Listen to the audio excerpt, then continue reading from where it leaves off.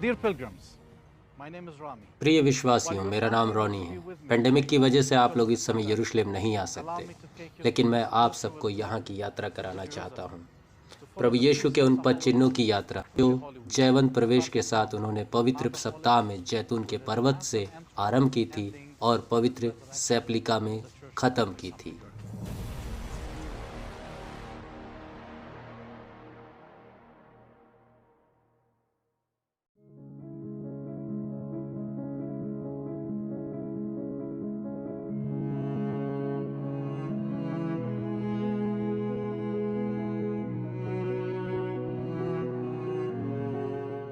हे सियोन, बहुत ही मगन हो। हे यरूशलेम, जय जयकार कर, क्योंकि तेरा राजा तेरे पास आएगा। वह धर्मी और उद्धार पाया हुआ है। वह दीन है और गधे पर, वरन गधई के बच्चे पर चढ़ा हुआ तेरे पास आएगा।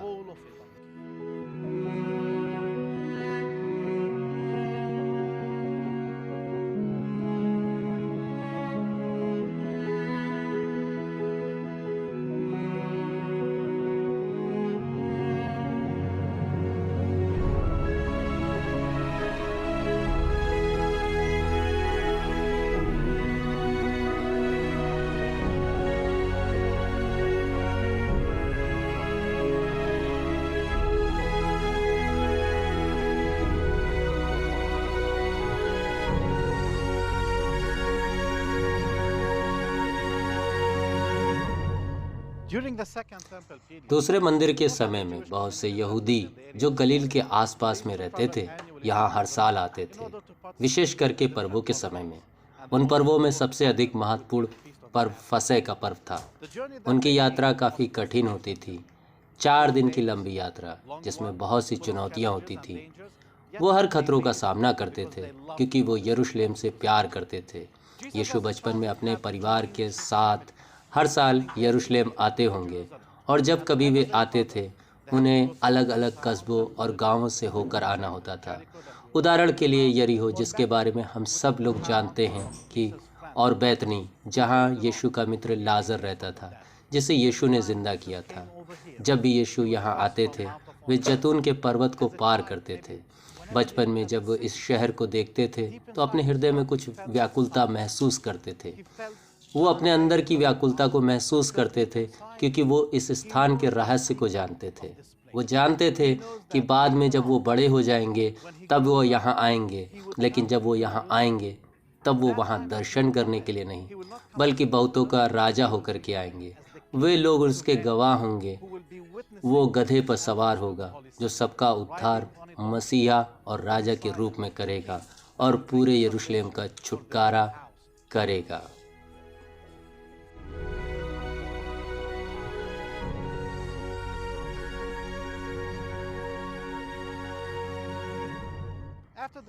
यीशु की 3 वर्ष की गलील में सेवा के पश्चात उन्होंने अपनी आखिरी यात्रा यरूशलेम की थी।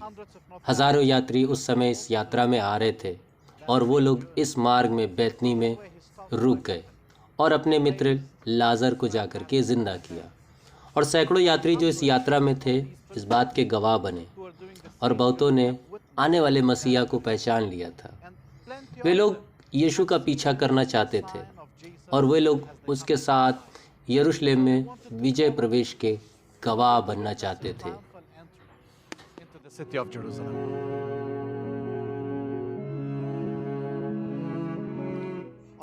उस दिन वो जैतून के पर्वत पर खड़े होंगे, यरूशलेम के पूर्व में, और जैतून का पर्वत 2 भागों में बढ़ जाएगा, पूर्व और पश्चिम की तरफ। एक घाटी बन जाएगी।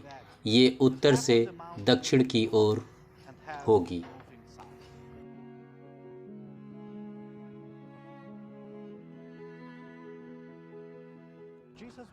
यीशु एक गधे पर सवार हुए जिसे उसके चेले बैतफगे से लेकर के आते हैं। जैसा उसने कहा था ये ठीक वैसा ही था जैसे याजक फसह का मेमना लेकर के आते थे। यीशु यहाँ दिखाते हैं कि वे वास्तविक मेमने हैं जो दुनिया के पापों को उठा ले जाते हैं, एक तैयार किया हुआ फसह का मेमना।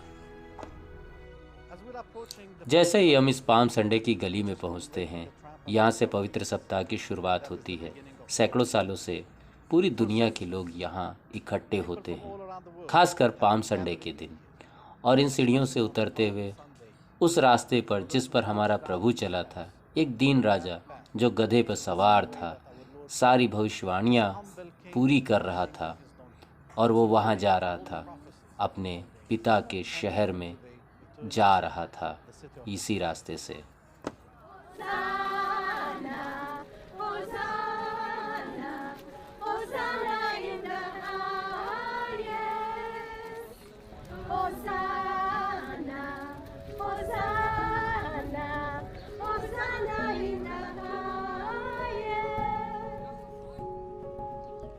शांति का राजा अपने गधे पर सवार था। बहुत दीनता से वो शहर में प्रवेश करता है। उसके चारों ओर भीड़ है, उसके पीछे चल रही है। वो आनंदित हैं, शोर मचा रहे हैं, जयकारे लगा रहे हैं। लेकिन फरीसी लोग इस बात को पसंद नहीं करते। उनको ये बात पसंद नहीं आई कि यीशु एक राजा की तरह यहाँ पर आए। यीशु से अपने चेलों को डांटने के लिए कहते हैं, लेकिन यीशु उनको उत्तर देते हैं कि मैं तुमसे सच कहता हूँ कि अगर ये लोग यहाँ पर चुप हो गए तो ये पत्थर चिल्ला उठेंगे।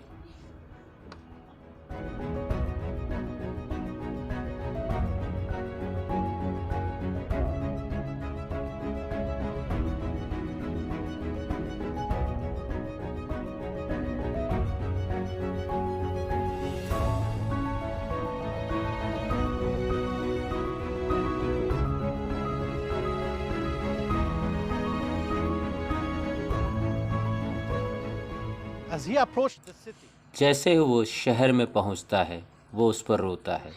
डोमिनस फ्लेविट, जिसका मतलब है प्रभु का रोना, उस चर्च उस स्थान पर बना है जहां यीशु यरूशलेम पर रोया था। उसका रोना उसके मनुष्य होने को दिखाता है। वो एक मनुष्य की तरह सोच रहा था, ना कि परमेश्वर की तरह। वो अपनी भावनाओं को छिपा ना सका। वो रोया क्योंकि यरूशलेम के विषय में वो जानकारी रखता था। he wept because of his knowledge of वो रोया क्योंकि उसके अंदर यरूशलेम में शांति की इच्छा थी। वो रोया क्योंकि उसे यरूशलेम के लोगों से बहुत प्रेम था। because of his वो उसके दुर्भाग्य पर रो रहा था कि जो मौका उन लोगों को मिला था उसे उन लोगों ने ठुकरा दिया था।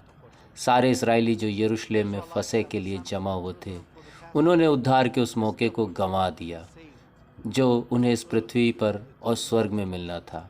उनका उद्धारक उनसे मिलने आया था, लेकिन उन्होंने उसे ना जाना। परमेश्वर में देह में होकर उनके सामने खड़ा था और उन लोगों ने उसे खो दिया।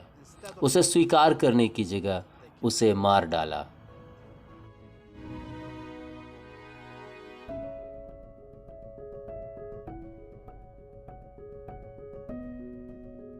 After the day of his triumphal entry, प्रभु अपने विजय प्रवेश के बाद मंदिर में पहुंचते हैं, जहां वे मंदिर के उसारे को भ्रष्ट व्यापारियों से भरा हुआ देखते हैं। he began वे उनके मेजों को उलटना शुरू कर देते हैं और उनसे कहते हैं, धर्मशास्त्र में लिखा है, मेरा भवन प्रार्थना का घर कहलाएगा, लेकिन तुमने उसे डाकुओं की खोह बना डाला।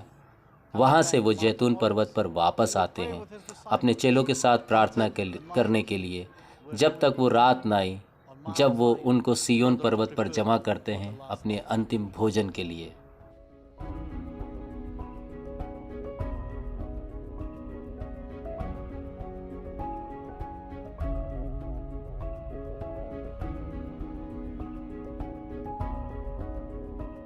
Jesus sent Peter and यीशु ने पतरस और यूहन्ना को यह कहकर भेजा कि जाओ और फसह के लिए तैयारी करो। where do you want us to आप कहाँ चाहते हैं कि हम जाएं?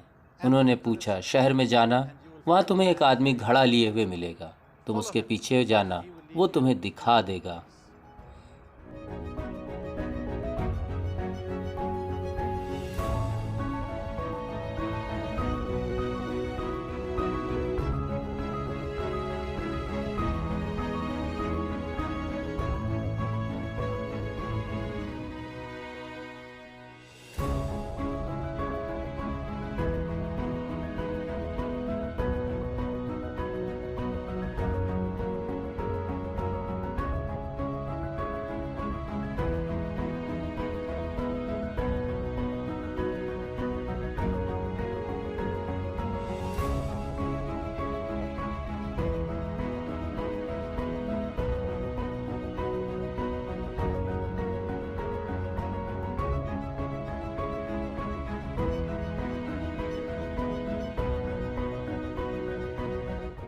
यही वो स्थान है जहाँ प्रभु ने अपने चेलों को जमा किया था और उन्हें अपना मांस और लहू खाने को ये दिया था।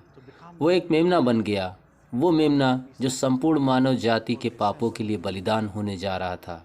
इस फसह के भोज के दौरान यीशु बहुत दिन हो गए थे। वे घुटनों पर आ गए और अपने चेलों के पैरों को धुलकर सिखाया कि कैसे सेवक बने, ना कि स्वामी, और उन्हें बताया कि उन्हें धोखा दिया जाएगा।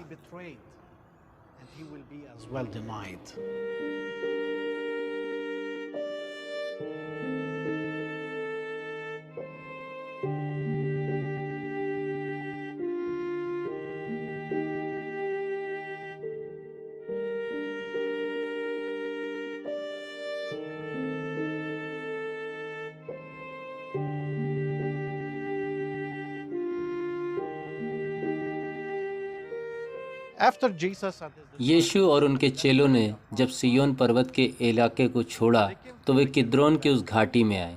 ये घाटी सिय्योन पर्वत और जैतून पर्वत को अलग करती है। ये उस घाटी से होते हुए उस बागीचे में आए जो गतसमनी का बाग कहलाता है। गतसमनी का मतलब है तेल की चक्की। हम इसे यूहन्ना के सुसमाचार 18 में पाते हैं कि यीशु और उसके चेले इस जगह को अच्छी तरह से जानते थे।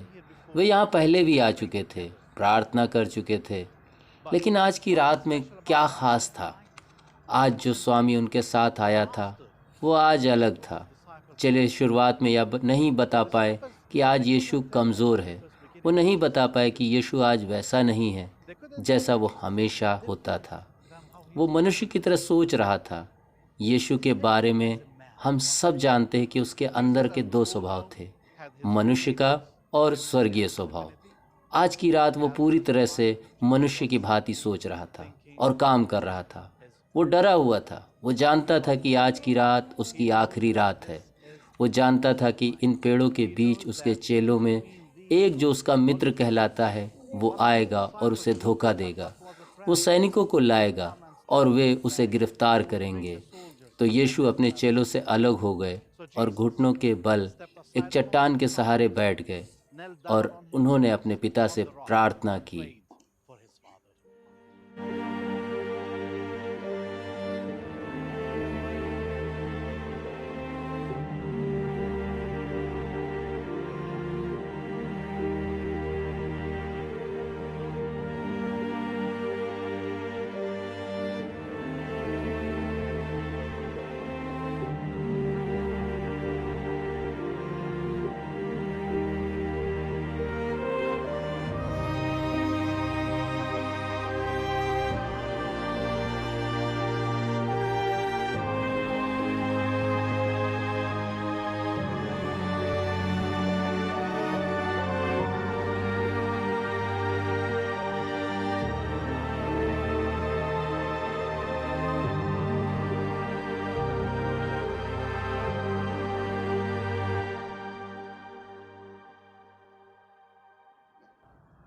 वो उसके आगे एक चट्टान पर सहारा लेकर के घुटनों के बल गिर पड़ा और उसने कहा, हे पिता, यदि आप चाहें तो यह कटोरा हटा लें, लेकिन मेरी नहीं बल्कि आपकी इच्छा पूरी हो। तब एक स्वर्गदूत उसे दिखाई दिया जो उसे सामर्थ देता था।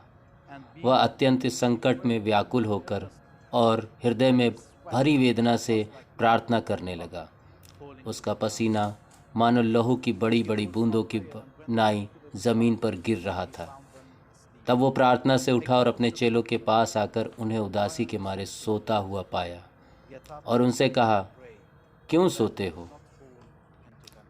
उठो और प्रार्थना करो कि तुम परीक्षा में ना पड़ो।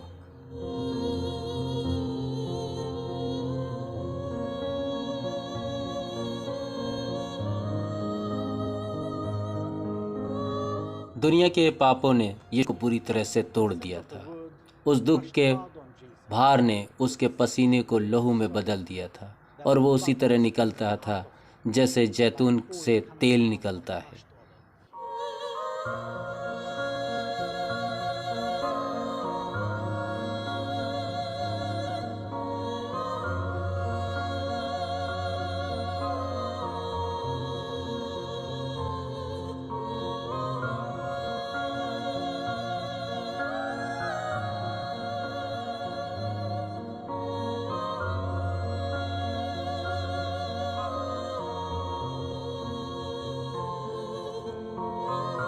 When Jesus rose from prayer, जब यीशु प्रार्थना करके उठे तो वे अपने चेलों के पास गए और उन्हें सोता हुआ पाया। वे निराश हुए, उन्हें चिंता हुई, उन्हें अपने मित्र करके जाना था। इस समय वो मनुष्य के रूप में था। वो व्याकुल था, परेशान था। वो चाहते थे कि उसके मित्र उसके साथ हों, इस समय खड़े हों, उसके साथ में हों, उनकी सहायता करें। वो जानता था कि ये दुख से भरी अंतिम उनकी रात है। शायद चेलों को ये बात नहीं मालूम थी, हो भी नहीं सकती थी, लेकिन यीशु को ये बात मालूम थी। वो चाहता था कि वे उनके साथ में हों। इस मार्ग से यहूदा आता है, सैनिकों के साथ उसे पकड़वाने के लिए। वो भागा नहीं, वो वहीं रुका रहा, वो बाग में ही रुका रहा। वो चाहता तो वहाँ से जा सकता था, किसी गुफा में, किसी पहाड़ में, बैतनी पर अपने मित्र लाजर के घर के में। इस स्थान के बारे में वो अच्छी तरह से जानते थे, लेकिन वो यहीं रहना चाहते थे, क्योंकि वो जानते थे कि यहूदा उनके पास आ रहा है। वो यहूदा को समर्पित करना चाहते थे खुद को, क्योंकि यहूदा को समर्पण का मतलब था वो अपने मिशन को पूरा कर चुके। समर्पण का मतलब था वो अपने पिता की इच्छा को पूरी कर रहे थे। because simply surrendering to Judas, that means his mission is accomplished. That means he just surrendered to the will of his Father.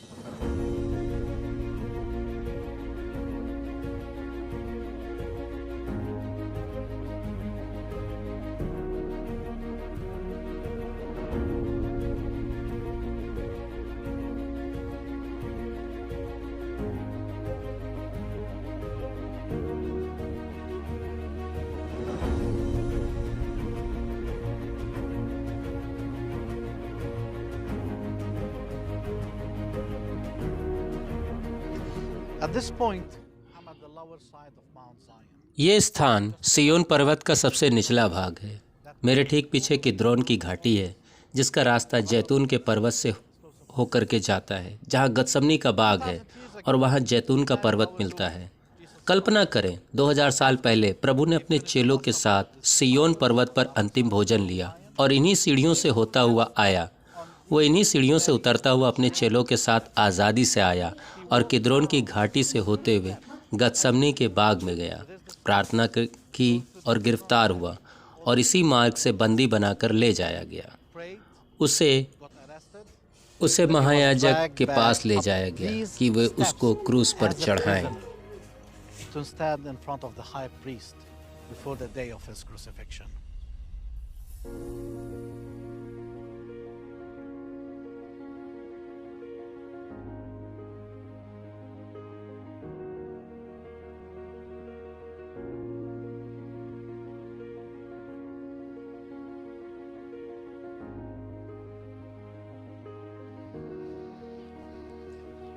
After they arrested Jesus, यीशु के गतसमनी के बाग में गिरफ्तार करने के बाद वो सियोन पर्वत पर लाया गया। किद्रोन की घाटी से होते हुए पहले वो उसे हन्ना के पास लेके जाते हैं, फिर उसे महायाजक कैफस के घर पे लेके जाते हैं। the head of the Sanhedrin at that time, वो उस समय यहूदी महासभा का प्रधान था। महासभा की ये बड़ी ही तीव्र इच्छा थी कि यीशु को मार डाला जाए, बल्कि वो लोग धार्मिक लोग थे। वो मंदिर की देखभाल करते थे। वो लोग जो भीड़ को सिखाते थे, पढ़ाते थे कि मसीहा के आने के बाद में क्या होगा। लेकिन जब मसीहा उनके सामने आया तो तुरंत ही उसका इनकार कर दिया, क्योंकि उस समय जो लोग महासभा चलाते थे वो लोग मसीह से उम्मीद कर रहे थे कि मसीहा उन्हें और भी ज़्यादा सामर्थी बना देगा। वो मसीहा से उम्मीद कर रहे थे कि वो उन्हें और भी अधिक धनी बना देगा। लेकिन जो मसीहा उनके सामने आया था वो गधे पर सवार होकर आया था। वो उनके पास दीन बनकर आया था। उसने लोगों को यह सिखाया था, अपने लिए स्वर्ग में धन जमा करो, स्वर्गीय पिता के पास, इस पृथ्वी पर नहीं। तो ये लोग सालों से मसीह के विषय में जो शिक्षा दे रहे थे, ये तो उनके विपरीत निकला। उन्होंने उसका इनकार कर दिया। पतरस यीशु का पीछा कर रहा था। वो आंगन में था। वो जब इस स्थान में आया तो यहाँ सैनिक थे, सेवक थे और एक औरत भी थी। ये लोग आग के सामने बैठे आग ताप रहे थे। उस औरत ने उसे देखा और कहा, क्या तुम भी उनमें से एक हो? तू भी तो गलीली है। वो आसानी से बता सकती थी, शायद पतरस के कपड़ों की वजह से या शायद उसके बोलचाल के द्वारा। खैर, जो भी कारण हो, उसके आंखों में एक डर था और उसके हृदय में एक डर था। उसने जवाब दिया, नहीं, मैं नहीं हूँ। He said, दोबारा "Well, उसने I'm not." इनकार किया। He was तीसरी asked बार another भी time. उसने कहा, मैं I नहीं don't know जानता him. कि तुम The क्या third कह time रही he हो। was asked और जैसे ही once वो again. इस I बात don't को know कहा, him. मुर्गे ने तुरंत बांग दी Just as he was और speaking, the rooster crowed. प्रभु मुड़े The Lord और turned सीधा and looked पतरस की straight ओर at देखा। Peter. और तब Then पतरस को Peter याद आया remembered कि the प्रभु word ने the उससे Lord क्या had कहा था spoken to him. कि मुर्गे के Before बांग the देने से rooster पहले crows तुम today, 3 बार मेरा इनकार you will करोगे। disown me और 3 वो बाहर times. गया And he went और फूट फूट कर outside रोने and लगा। wept bitterly.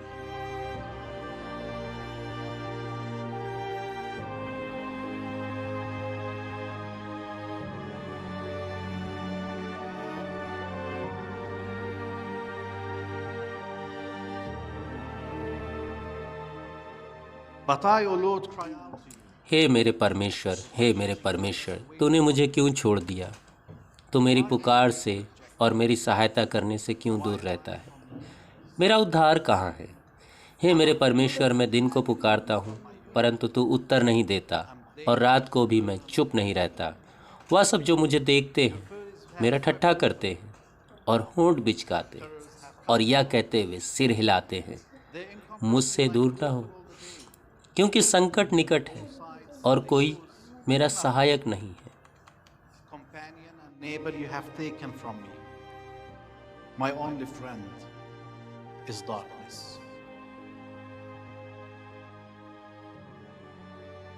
This is the dungeon where our Lord stayed. ये वो तहखाना है जिसमें प्रभु उस रात रहा जब उसे पकड़वाया गया था। इन ठंडी दीवारों के बीच में This is where he was वो छत को निहार रहा था। in complete. यहाँ बिल्कुल गुप्त अंधेरा था।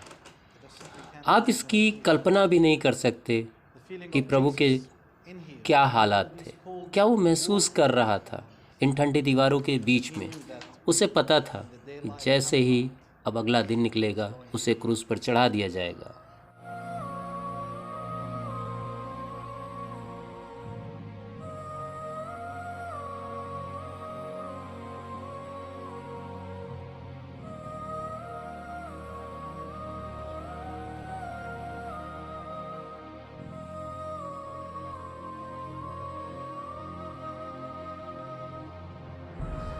After Jesus spent the night in the यीशु को तहखाने में उस रात को गुजारने के बाद जब दिन निकला, तब महायाजक और पुरनियों के सबने मांग की कि यीशु को मार दिया जाए। उन्होंने उन्हें बांधा और राज्यपाल के सामने लेके आए। ये जगह है जिसे प्लेटोरिया कहते हैं, राज्यपाल का घर था। ये पिलातुस का घर था, जो यीशु को अंदर ले जा कर के पूछता है, क्या तुम यहूदियों के राजा हो? for centuries. सदियों से तीर्थयात्री यरूशलेम आते हैं कि वे लोग यीशु के उस मार्ग पर चल सके जहां इस समय में खड़ा हूँ। लोग इसी जगह आते हैं कि वे भी यीशु को कलवरी की यात्रा का अनुसरण कर सके। हमारे आगे चर्च ऑफ फ्लेजेंशन है जो फ्रांसिस ने बनवाया था। उसके 2 पड़ावों को वो संभाले हुए, After Jesus was जिसमें पहला पड़ाव है यीशु की मृत्यु की सज़ा सुनाई जाती है, और जिस दूसरा पड़ाव है उसमें यीशु अपना क्रूस उठाते हैं। यीशु की मृत्यु की सज़ा सुनाने के बाद उसे जबरन उस पर क्रूस को लाद दिया गया। वो क्रूस नहीं है जो हम इन तस्वीरों में देखते हैं, वो एक लंबी भारी लकड़ी की बीम थी जो उनके कंधे पर रख दी गई थी। क्रूस को उसको कंधे पर रखने से उसके घाव फिर से खुल गए थे। बेइज्जती, मार, पीड़ा, सताव सब कुछ सहने के बाद उन्होंने उनके ऊपर क्रूस को रख दिया गया जाता है। ये क्रूस उनके घावों को तिरस्कार की निशानी बनाते हैं, क्योंकि जो भी क्रूस पर चढ़ाया जाता है उसे अपना क्रूस उठाकर इस रास्ते से, शहर से होकर के बाहर जाना पड़ता था, in front of everyone. जब तक वो इस जगह न पहुंच जाए जहां उसे क्रूस पर चढ़ाया जाना होता था। ये वो जगह थी जो शहर से बाहर थी, ऊंचे स्थान पर थी। उसे कलवरी या गुलगुता कहते हैं।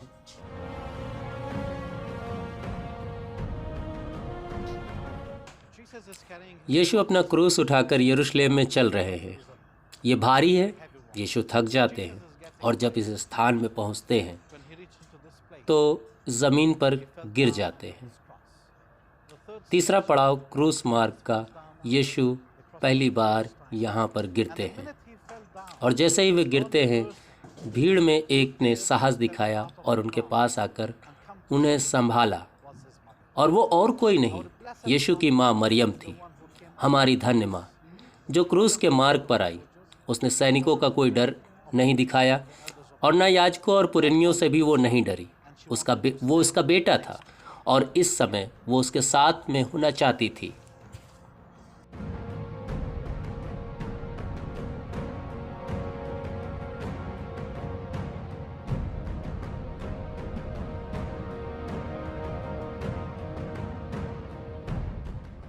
After Jesus met his mother, यीशु जैसे ही अपनी माँ से मिलते हैं, वो उठकर अपनी यात्रा को जारी रखते हैं, अपना क्रूस फिर से उठाते हैं और इस मोड़ पर आते हैं। जाहिर है कि अब वो आगे बढ़ पाने में अक्षम होते जा रहे हैं। पहाड़ की चढ़ाई भी चढ़नी है और कलवरी की यात्रा को जारी रखने के लिए एक अपरिचित व्यक्ति, जिसका नाम शिमोन था, जो कुरैन का था, मिलता है और उसे जबरन यीशु का क्रूस लादा जाता है कि वो उसकी यात्रा आगे जारी रख सके। all the way up the hill till they reach Calvary.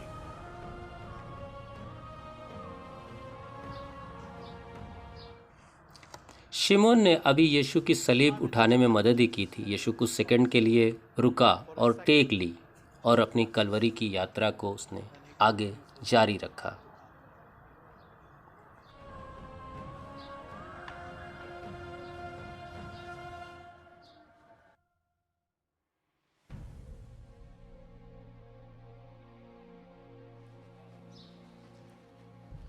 Under the sign of the sixth station, छठे पड़ाव के चिन्ह के तले यहाँ एक खंबा है जिसमें वेरोनिका का नाम अंकित है। ये नाम रवायतों से आया है। ये वो औरत थी जिन्होंने उस भीड़ में साहस दिखाया और आगे आई और कपड़ा देकर यीशु का मुंह पोंछा था। उसने यीशु के चेहरे को लहू से पूछा था और जब उसने कपड़े को देखा तो यीशु का चेहरा उस पर बन गया था। ये शब्द वहीं से आया है। वेरोनिका का मतलब है एक सच्ची छवि। the true image, Vero Iconia.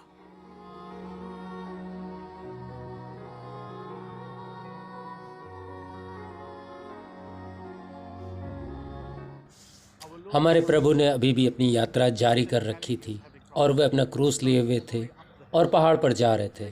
7 number का पड़ाव मेरे पीछे है, जहाँ पर यीशु सलीब लेकर दोबारा गिर पड़े थे।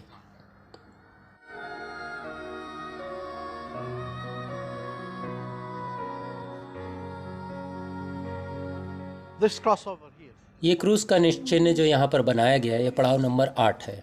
यीशु यरूशलेम की महिलाओं से मिलते हैं जहाँ पर, और जो यात्रा में उसके साथ चल रही थी वो रो रही थी। वो उन्हें देखकर कहते हैं, हे यरूशलेम की पुत्रियों, मेरे लिए मत रो, पर अपने बच्चों और संतानों के लिए रो। children.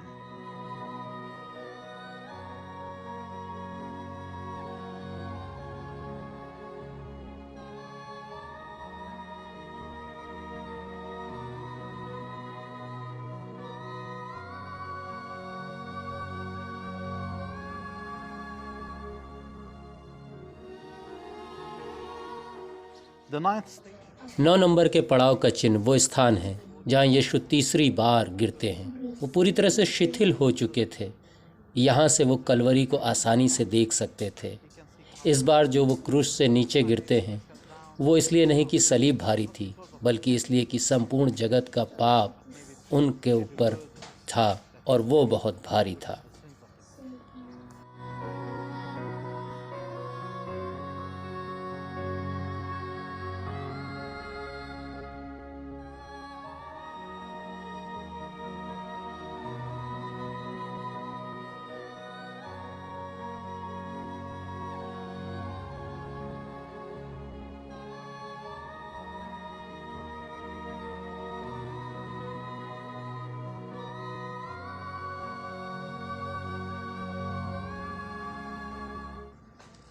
हमारा प्रभु अपने मुख्य पड़ाव पर पहुंच गया था, जिसे कहते हैं कलवरी, या इसे गोलगोता भी कहते हैं।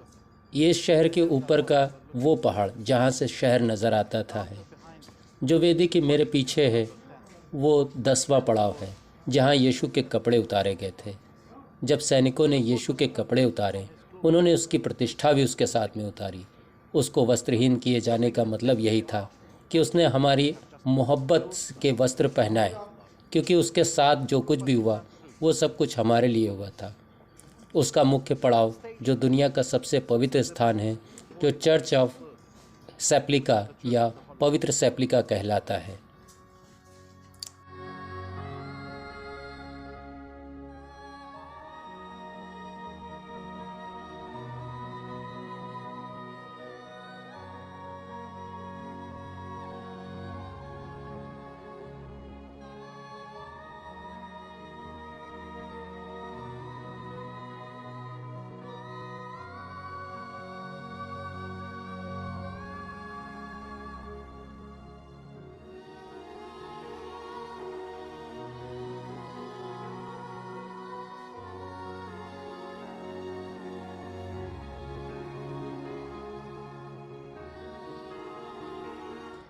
ग्यारहवां पड़ाव वो स्थान है जहाँ यीशु को सलीब पर कीड़े गाड़ी जाती हैं। उसको उस सलीब पर फैलाया जाता है जिसे वो एक लंबे रास्ते से लेकर के आया था, और सिपाही आते हैं और बड़ी कीलें उसमें ठोक देते हैं। ये लगभग 7 इंच के लगभग थी। उसके उन घावों में बहुत ही दर्द था, लेकिन उसने सब सहा क्योंकि वो हमसे प्यार करता था।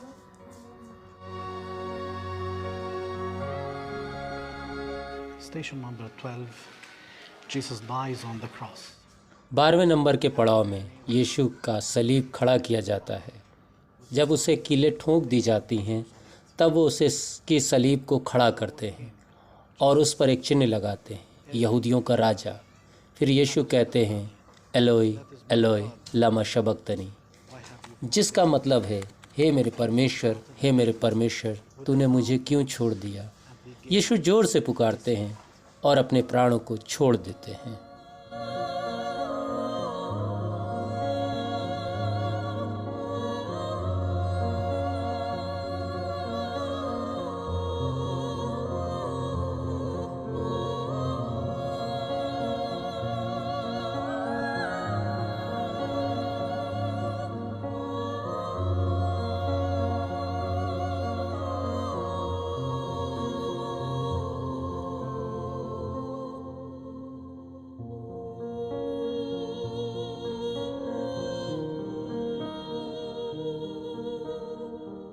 The 13th stage. 13वें पड़ाव में यीशु को दफन करने के लिए तैयार किया जाता है। जब सांझ होने को आई तब अरमतिया का यूसुफ, जो एक धनी मनुष्य था, गुप्त में यीशु का अनुयायी भी था, वो पिलातुस के पास आता है, यीशु की लोथ को मांग लेता है और वो उसके शरीर को सलीब से उतारते हैं। तब इसी पत्थर पर वो उसे रखते हैं और नई कब्र तैयार करते हैं जो अरमतिया के यूसुफ ने अपने लिए तैयार की थी। Prepared for himself.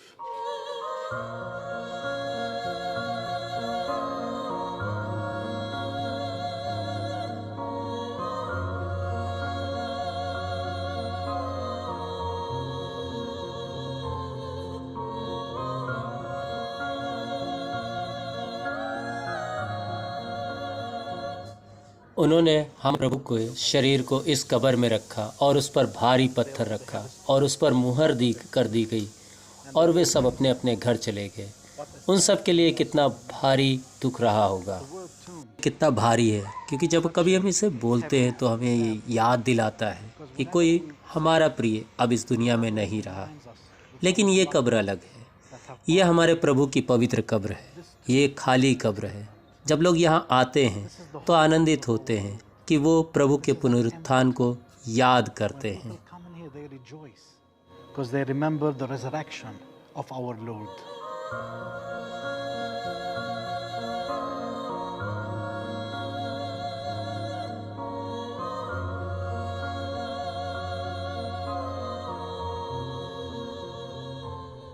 Jesus Christ resurrection. यीशु मसीह का पुनरुत्थान उन सब बातों को प्रमाणित करता है जो उसने अपने जीवन काल में कही, लेकिन इनमें सबसे विशेष बात यह है कि वो सच में परमेश्वर का पुत्र है। कोई भी मनुष्य आज तक फिर से 3 दिनों के बाद जिंदा नहीं हुआ।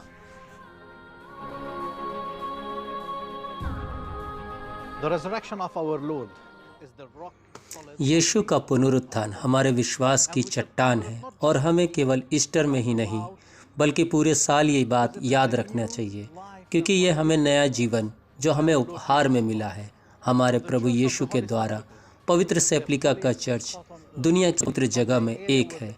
ये वो स्थान है जो लगातार हमें ये याद दिलाता है कि हमारे प्रभु का पुनरुत्थान हुआ है।